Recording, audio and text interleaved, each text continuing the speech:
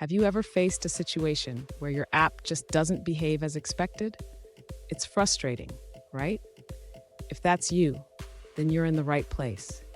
Today, we're diving into a common issue with TableViewCells not reloading properly. I know how annoying it is when your app doesn't reflect the current state of your data. You're not alone in this struggle. Many developers encounter similar issues when working with TableViews.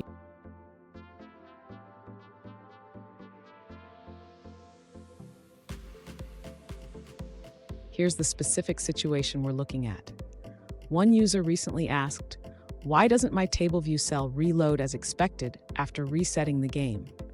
They mentioned that even after resetting, the active game still appears as active, and other games remain inaccessible.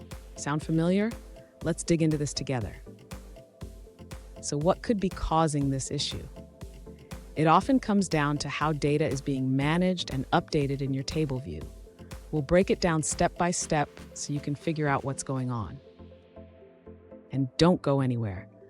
I've got a crucial tip at the end that will help ensure your TableView updates correctly every time. To address the issue of the TableView not updating correctly, the user should first ensure that the data source for the TableView is being refreshed properly.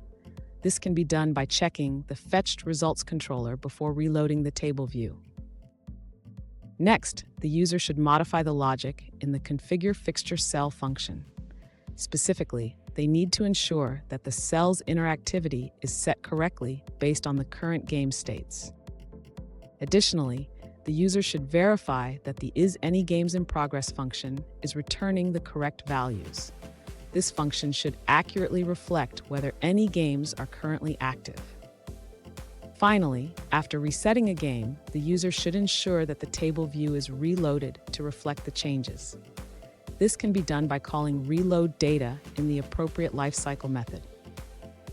Did you know? The first mobile apps were so basic that they could barely track a simple to-do list. Now we have complex apps managing real-time sports data.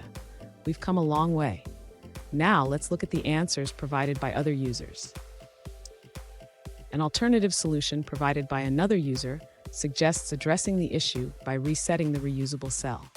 They recommend implementing the Prepare for Reuse method in your cell subclass.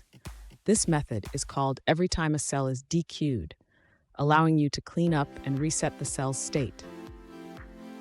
Here's the crucial tip I promised. Always ensure your data model is in sync with your UI. This one habit can save you hours of debugging in the long run. And there you have it. Your TableView should now reload as expected. Remember, keeping your data model updated is key. If you found this helpful, hit the subscribe button for more tips, and don't miss our bonus tip on optimizing your app's performance.